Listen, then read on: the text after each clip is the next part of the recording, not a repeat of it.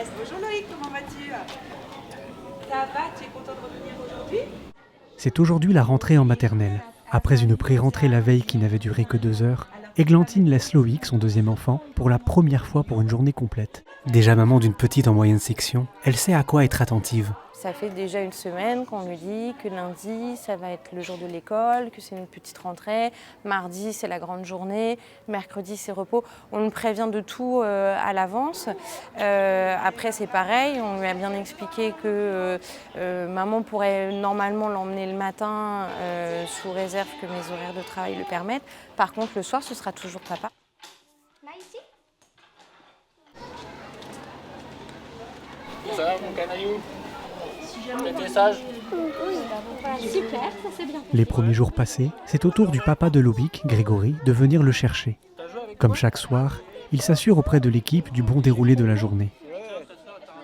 On essaie vraiment de rassurer les parents en leur disant que la séparation se vit très simplement.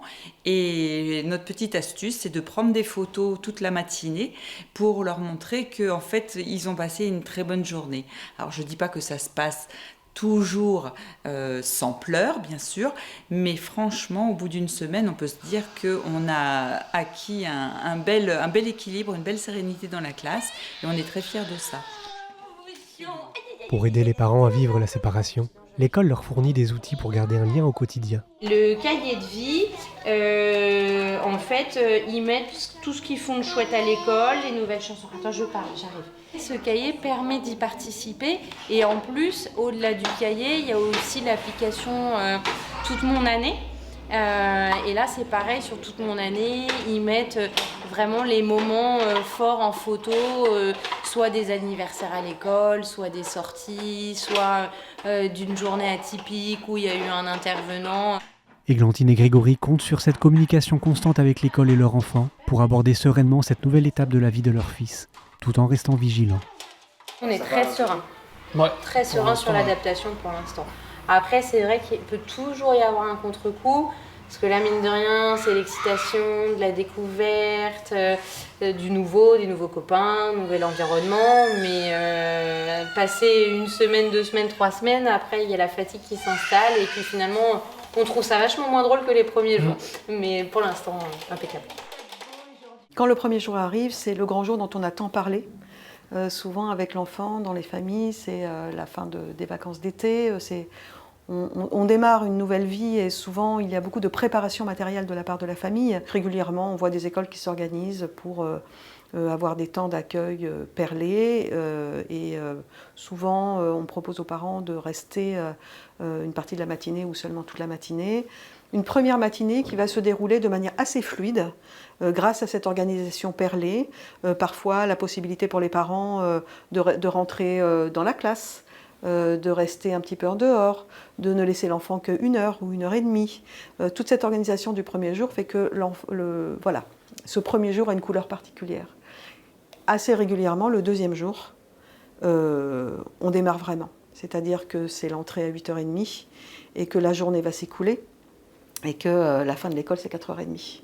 Et qu'il va y avoir des moments avec le passage au sanitaire, le passage à la cantine, la proposition de la sieste, le réveil de la sieste, où un enfant va se réveiller et va s'apercevoir qu'il n'est pas dans l'endroit habituel. Voilà, ce sont vraiment des premières expériences qui peuvent être pour des enfants déstabilisantes, mais ce que vraiment les parents doivent savoir, c'est que c'est anticipé, que c'est accueilli avec douceur et professionnalisme par les enseignants de maternelle. Petit à petit, l'enfant va